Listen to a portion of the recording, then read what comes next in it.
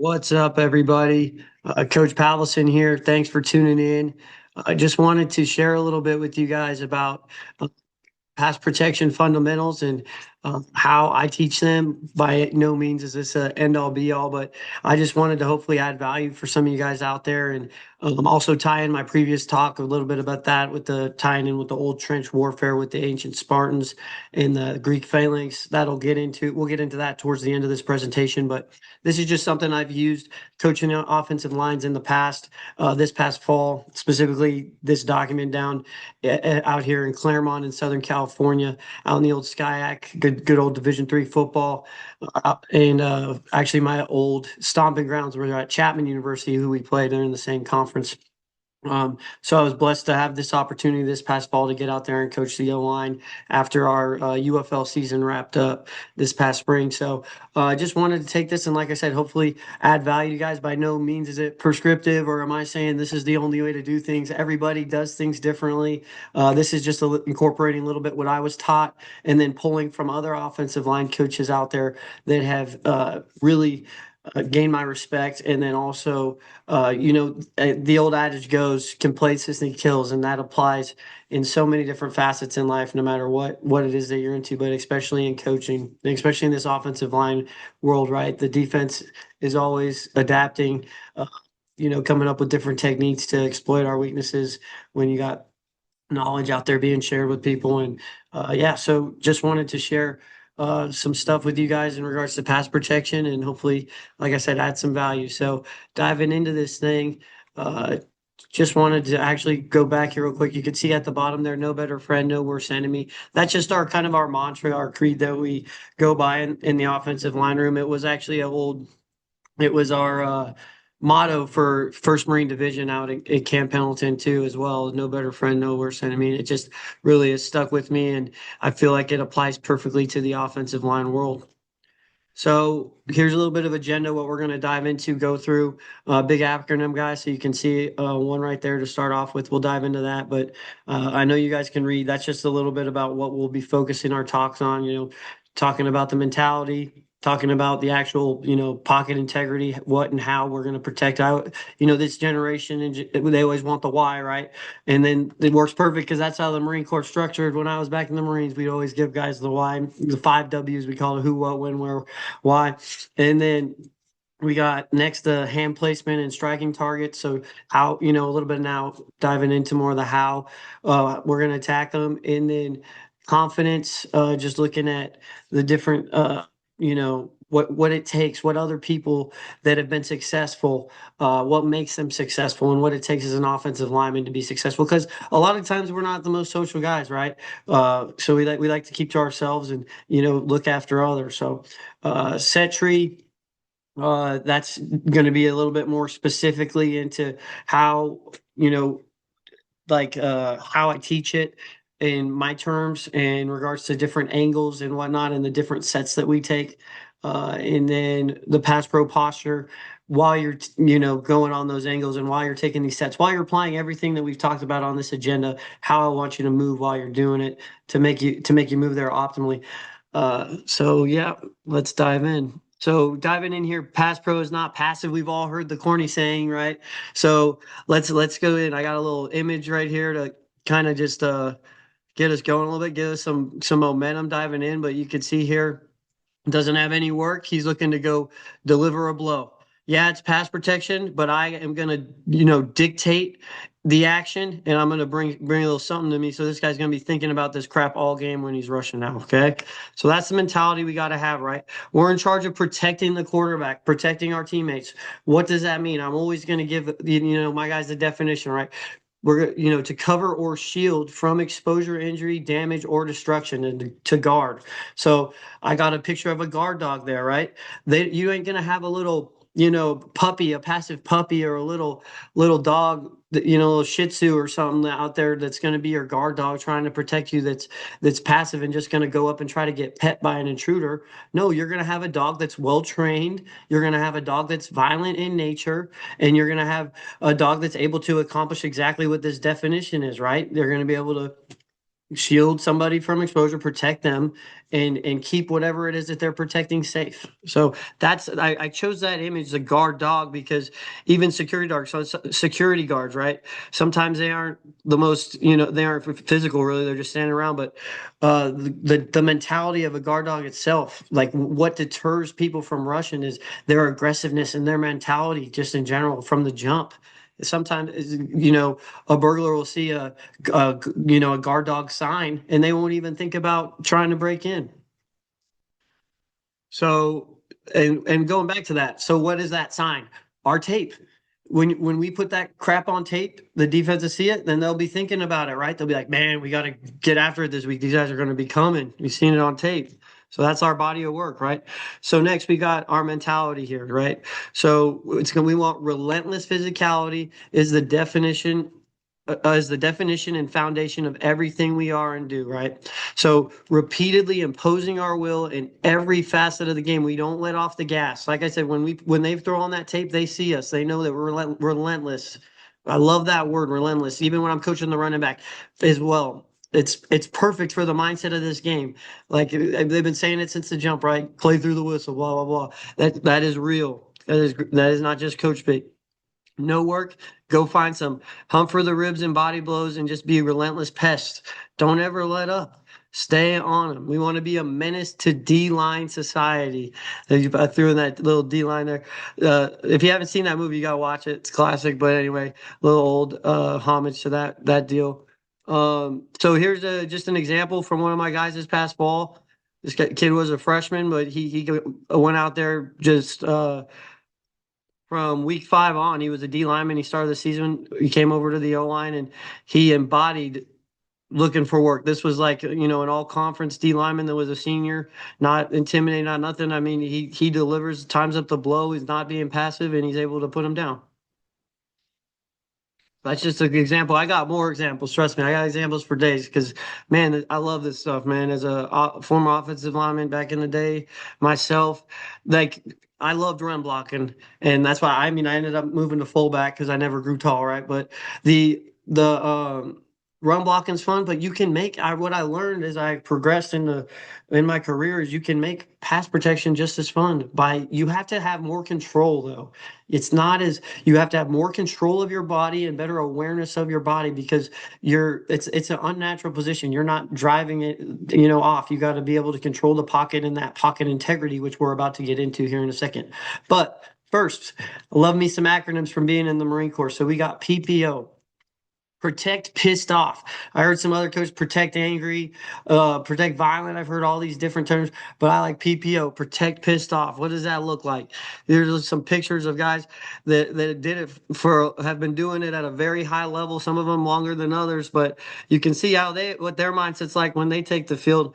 And you should always, the way I'd like to preach this to the guys. You should always feel disrespected by the D lineman. Their primary objective is to inflict damage on your QB, who we're in charge of protecting. That is our job. He is literally out there relying on us every play to protect. And you can see these different images of guys just getting blown up and exposed. Look at Trevor Lawrence right here. He's like doing that. What's it called when they get bent backwards? I can't think of the term, but yeah, like we're the only thing that's in between the defense and protecting our guys, and they're going to be just as pissed, right? The D linemen, let's be real, we know, they usually got a little screw loose, and they've obviously got more freedom, and they get to move more naturally. They're running forward. We're in our pass pro posture, executing our techniques, thinking about the angles, feeling out the angles. We're preparing ourselves to execute our technique and time up that punch. They're doing the same thing with their pass rush, but they're moving in a little bit more natural positions, right? So they have that advantage. They're going to be coming pissed off as well. So we got to be able to match that intensity because we are all that stands between the defense and our guy, and we got to protect him at all costs.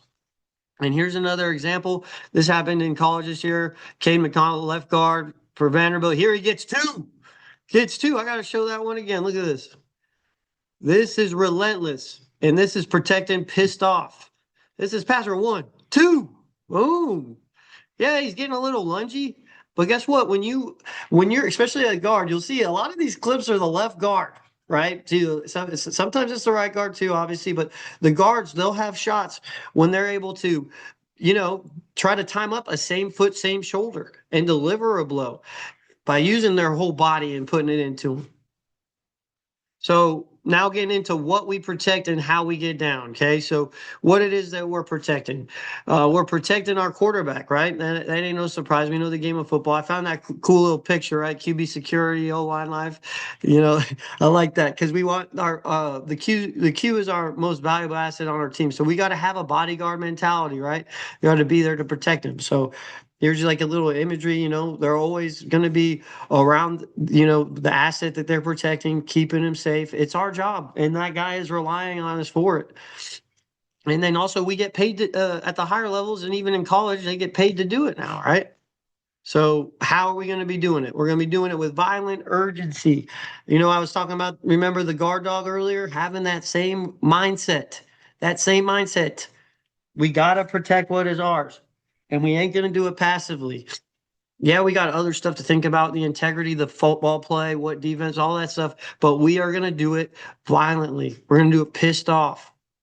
And we're going to be doing it using our hands and then staying square to do so. So we don't want to be just like, I love using this terminology for my guys, but in the old Wild West days, they got these swinging doors. When you don't stay square, that's what you're doing. You're opening up a door for the defender to rush right by you. Go ahead, just like this guy, just walk right in. Walk right into the thing that we're trying to protect. No, we are not saloon doors. We are not saloon doors. We are going to be that bodyguard, and we are going to protect what is ours. So SOP, that's standard operating procedure, right? We always got to be thinking first significant contact, and then you can use independent hands to do so, especially at the tackle position. Guards, I'll let them two-hand strike every once in a while as well. Okay, so now we're going to be getting into the pocket integrity and creating that U. That's how I like to refer. That's how I was taught. Okay, so here you can see the colors match up. I try to make everything kind of easy to understand and grasp for the guys.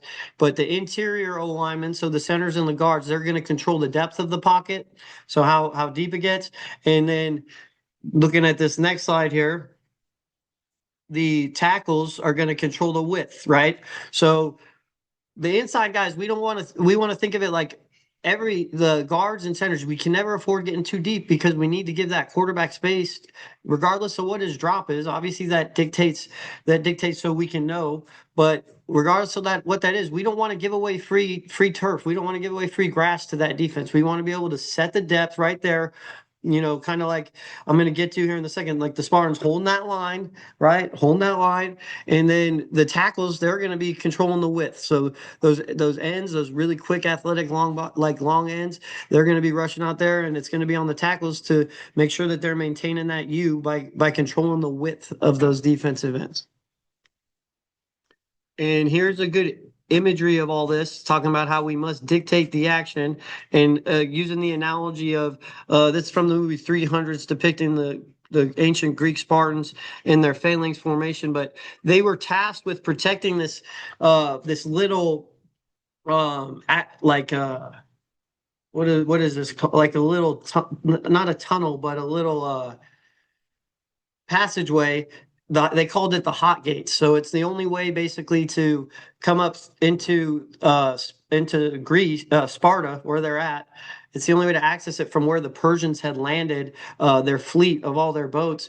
And so the Spartans were greatly outnumbered. So they realized in order to be tactically efficient and actually, have a chance at putting up a fight, they needed to go to the hot gates and protect those because the numbers will count for nothing in this really tight area. So they're tasked with protecting this area, and yeah, they're defending or whatever, and have to wait for the opposition to come to them. But watch, this is a really good imagery of them not just dictating or not just standing there and taking it. They're going to dictate the action, even though they're still tasked with protecting that area. It really correlates well with pass protection.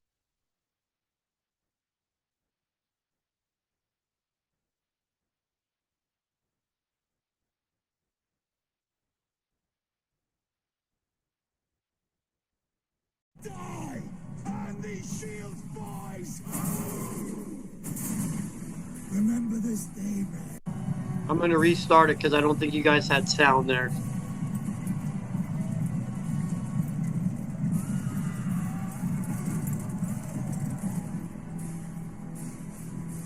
This is where we hold them. This is where we fight. This is where they die. And these shields, boys. Remember this day, man, for it will be yours for all time.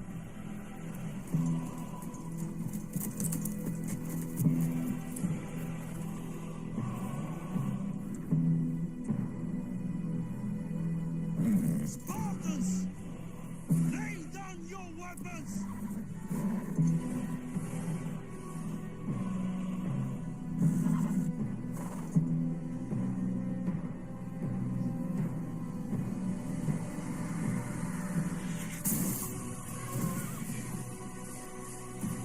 Persian, come and get them.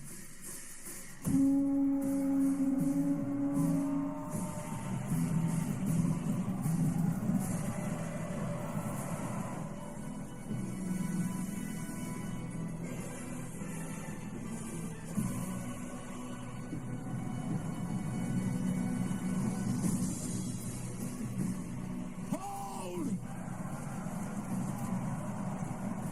Give them nothing, but take from them everything. Stay! All right, you guys can watch the rest on your own. Homework assignment. Go watch that movie if you have not seen it, okay? But it's a great movie. And you guys, I hope you got that what I was referring to with dictating the action, right? They're sitting there, these guys are all proud, these Persians and all of them coming out, just like that D lineman that's, in that stand-up 2-point stance about to pass rush you. And right when he starts popping off, they fire a spear from way down around to say, okay, come on, bring it, we ready. And then you guys will see the rest, hopefully when you watch the movie. But like, yeah, they're tasked with protecting that area. Doesn't mean they can't do it pissed off and violent, because guess what? That's what the enemy is. That's what it's always going to be. That's what the defense is going to be. You have to be able to not only match that energy, but elevate yourself above it. Okay, to be successful, it'll help you in this position. It's a dang requirement. In so going off that, what we must do to dictate the action, right? In every single protection situation, we have to dictate at the strike point. This is the key to achieving first significant contact. What's going to play into that? There's going to be angles that factor into that based off where that defensive player is aligned, and then you're going to have some stuff in the back of your toolbox, right? From watching tape and your coach getting you ready, you're always going to be aware but not worried about the D lineman's moves. And then you got to focus on violently engaging with your hands. So you're going to be able to get a feel for where that strike point is based off that defender's alignment, based off how he's been rushing you that game, based off how their defensive structure works and how that defensive lineman rushes in that defense. There's so many different things that factor into it, but the one thing that is non-negotiable is strike timing. It's everything. To properly dictate your strike, it has to be at the optimal time, at the maximum force output to stop a defender in his tracks. That's one thing that, I mean, I can't tell you how many times when a guy almost does this on accident and all of a sudden he'll just time it up where he gets that back foot in the ground and punches perfect timing and just stones the defensive lineman. That D lineman's like, what the heck was that? It's the analogy I like to use, and I got an image of it here, is like a baseball player, right? So like a power hitter, right? Like a home run. In order uh, to hit a home run, he's got to he's got to time that swing up perfect. And then he's got to use perfect technique and he's got to use everything perfectly. And that timing has to be perfect to cause to generate the maximum force output to put that thing over the fence. So here's a good analogy that I'm an Angels fan, so I chose Mike Trout. Yeah, we suck, I know, but hey, he's one of the greatest, and he's a very strong guy. This is a great image of maximum force output. Yeah, I don't know what that sound effects were about with that guy, but you can see it here. Instead of me just explaining, I wanted to have a picture of it. Maximum force output at the right time. And I mean, he hit that thing over 400 feet. So our whole thing, guys, going off that, we want to be the hammer and not the nail. I have more things with images of different strikes and whatnot. Okay, but we want to be the hammer and not the nail.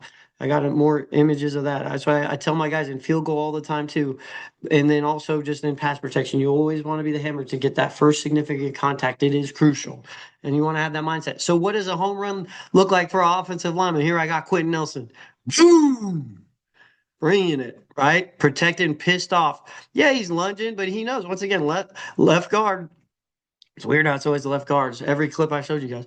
And I wasn't even looking for that. But hey, he gets a chance to tee off, he's gonna do it. And he's gonna do it with some anger and pissed off.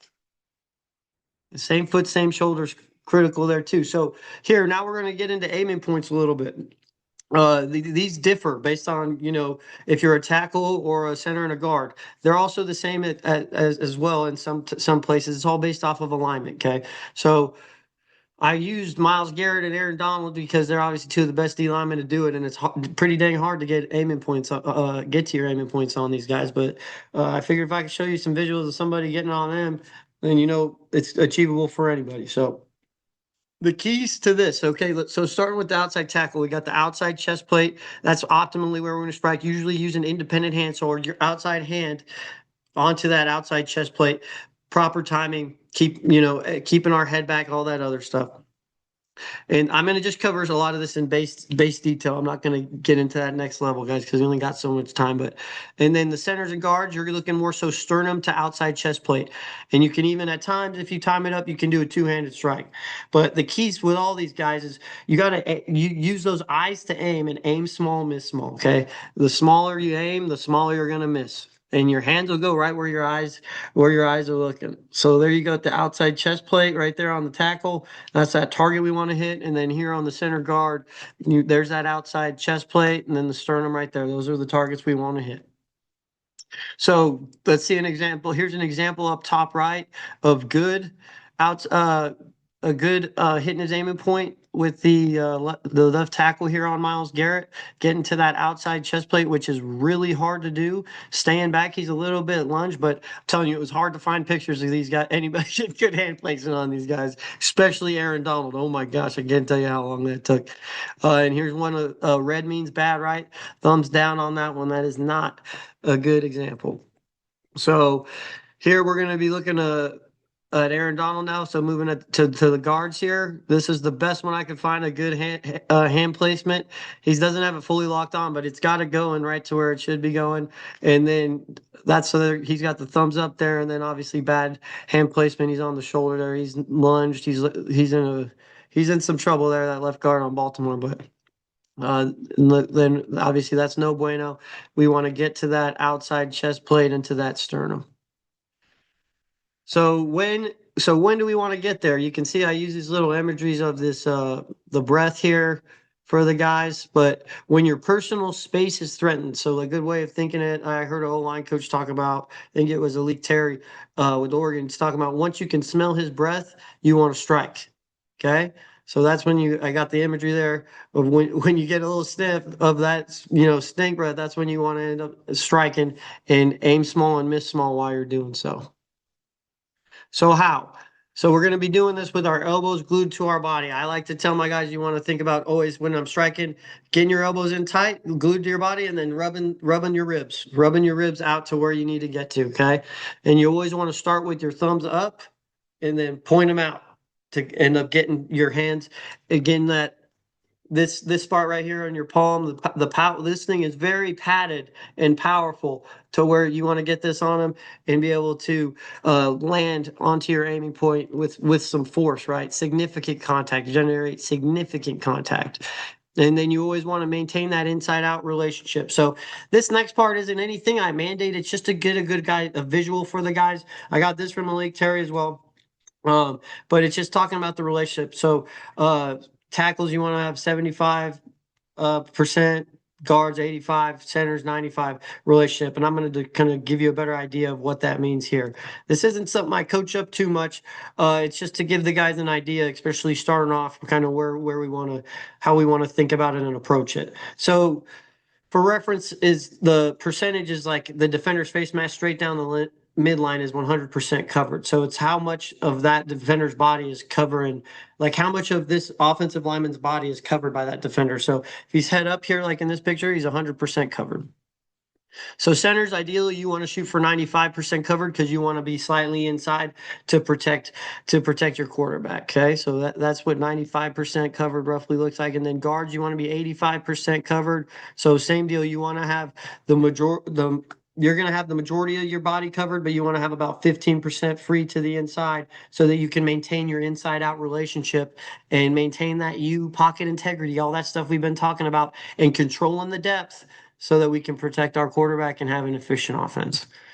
And then tackles, you're going to be 75% covered. So you're about 25% uncovered, as you can see here.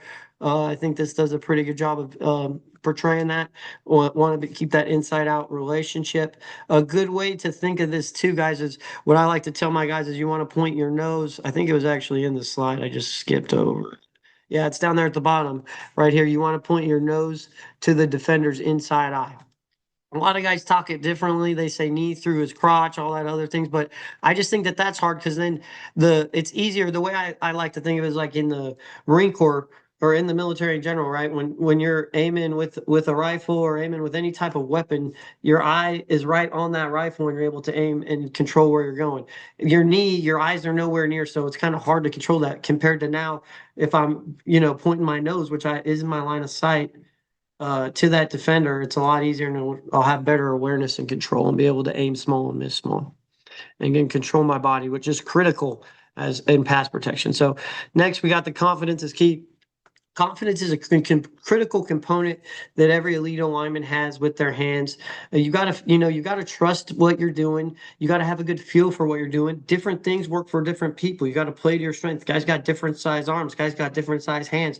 There's so many different factors, right? You gotta find what works for you. One thing that I will say that's helped a lot of guys that I have that usually struggle is keeping their hands up and finding a way for them to effectively move. That's very basic stuff, but can get in more into that as we unpeel more. But you're being asked to perform unnatural movements and techniques, so you got to find what works for you in regards to getting there. Okay, a good coach is going to give you different tools and techniques, and then you're going to find which ones together that work best for you to then execute at the most optimum level. So what's the what's the recipe to build confidence, right? You got to train your weapons. All the best, whatever professional sport, whatever college sport, whatever it may be, all the best players out there are you know that they have a usually relentless work ethic. So I just have a few that I wanted to highlight and then talk about what weapons it is that they train, right? So Steph Curry changed the game of basketball, right? It's the whole game just turned into a big 3-point shootout because he was relentless in the way he trained his weapon, his outside shot. He went from Davidson to one of the greatest shooters to ever play the game and changed the way that the game's played. Unfortunately, I kind of missed the day, 90s hoops. But anyway, uh, on to one of the greatest boxers to ever do it, right? Mike Tyson, definitely the most powerful. He was relentless with his training. Him back in the gym with Sal Casalmada, right? Just had a work ethic second to none, which is what got him to where he was. He obviously, had a lot of other stuff driving him as well, but he knew what his weapons were, right? It was his power. And he was able to harness that and then just go out there and to execute boxing at the highest level I've ever seen. And then Matt Stafford, right? You think that the first time him trying this no look pass was during the Super Bowl, which is when he executed it? Heck no. He was practicing on that thing for who knows how long. And then when the time came, his weapons were trained and he was able to execute. And then the last one I got here, Anderson Silva, the UFC fan, but like he spent his whole life developing those instincts. Some of them are God given, don't get me wrong, but that's another UFC fighter that he's fighting against, Forrest Griffin, who he ain't the best stand-up guy, but I mean in order to develop instincts like that, that's from reps. That's from reps and sets. And then here's another really good imagery that I liked, right? This is Tiger Woods, greatest golfers to ever do it. And you can see his swing from 1978 as a little kid all the way to 2013 is when this ends. But the swing is almost identical because he's there training his weapon, training his weapon. So as an offensive lineman, what are our weapons, right? We got the three main ones I wanted to highlight. Obviously, you need to have your whole body in touch, and there's a lot of other things, hips, uh, a bunch of different things we could talk about. But what I wanted to highlight here in regards to pass protection are your feet, your hands, and your eyes. So we got to make sure we're using all three of those in unison to execute our assignment, focusing on some of the things we just talked about. All right. So next, I wanted to talk about some spot stuff. I got this from Justin Fry. He's not with the Arizona Cardinals. He was with Ohio State. I really liked how he approached this and talked about it. But in regards to angles and the spot mechanics, so what is the spot? It's the way we communicate when talking about where the rush starts. So the spot is where we need to get at the proper angle to initiate contact and uh, get our first significant contact. It's going to be determined based off of the depth and the direction of the protection as well as the alignment of the defender. So the set tree, guys got a bunch of different names for this. Fry had different names for it. This is one that I just came up with on my own because I think it's, receivers in the route world, they all got names for different routes. And I just thought going off those, most of the linemen and a lot of guys be playing Madden and wish we were receivers. So hey, I put some of their terminology into these set angles. Okay, so the first one we got is a flat set, just like a flat route, right? It's just going to be flat and it's going to be aggressive. You're going to get to your spots to shut it down. Okay, and the next one we got is a slant set. You can see it's a 45-degree starting point, just like the slant route, and we're going to get to our spot there. Some people call it a 45 set. Yeah, fine, cool. I just am trying to make it easy for my guys to learn by packaging it, right? And then we got a fade set. This is just a deep angle set. It's not straight vertical. I'll get to that next. This is more of a deep angle set, which is a fade, right? Just kind of fading it out there at the ends to get to our spot. And then the last one is just a vertical set. All the OCs love to say that, especially uh, when they're trying to go deep in 2 minute, whatever the case may be. Why can't we just get vertical set? Man, when I worked with Rich Rod, I couldn't tell you how many times he would harp on just getting vertical. But there is a time and place for it. And yeah, so that one's just just running the vert, right? Just getting back vertically to your spot. And next, so this is now getting into pass pro posture. Now we are kind of starting to relate more with the ancient Greek Spartans trench warfare stuff. So this is called Justin Fry called it ramrod position. I like calling it plant the spear. So thinking about that, this is our pass pro posture. So this is how we want to move. It's the body position we work to get at the spot where the rush starts. And we must get to this spot with the weight slightly inside the midline of your body, and it's got to be at this slight angle in order to move effectively. Like we talked about, this is unnatural movements, unnatural position where you're going to be moving to where you get to your spot and then you hold your ground, right? You're not just trying to run by somebody. So you need to have this slight angle to set your feet in the ground and then generate that force to generate that maximum force output while you land your punch. And I like calling plant the spear because that's the angle we want to think about with the spear. And then here's a good imagery of it, right? So that's the angle you kind of want to have your body at. So then when that defender gets within range, then now you can use that outside hand and strike, right? Strike to your aiming point to stop, just like they used to do back in the day to stop like cavalry charges and enemy charges and stuff like that. So here's a little bit of analogy, actually comparing the two from like History Channel. The spear was the phalanx's main weapon, which had an iron spike and a metal latch on the other end. This latch allowed the spear to be stuck in the ground in case of a cavalry attack, and also to keep the weapon properly balanced. In some cases, it could also be used as a bruising weapon, particularly in the case where the spear was broken. The phalanx's wall of spears virtually hampered any form of frontal attack conducted by another infantry division that was not a phalanx as well. This is because they could not hit their opponents without first being stabbed by a spear, and, due to their large shields and heavy armor, attacks with items such as arrows, darts, and stones were barely efficient. Right, so there it's talking about how they would use their spears to control the depth, and then also, I love the part about the shields, how they control the air, like the arrows coming at them. It's like blitzes, right?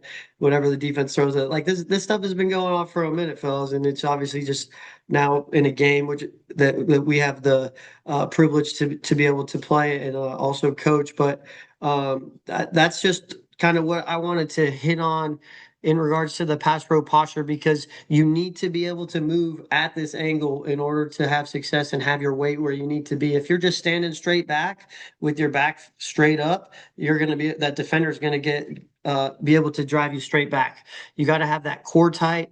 You got to be able to execute your technique by having the weight slightly inside your midline, elbows tight. And then you got to be able to get to that angle, right? Get to your spot and then time up that strike. There's a lot of things that come together. It takes a lot of repetitions. It takes a lot of different This things to get you there. But that's all I got for you guys today in this talk. Hopefully you got something good out of it.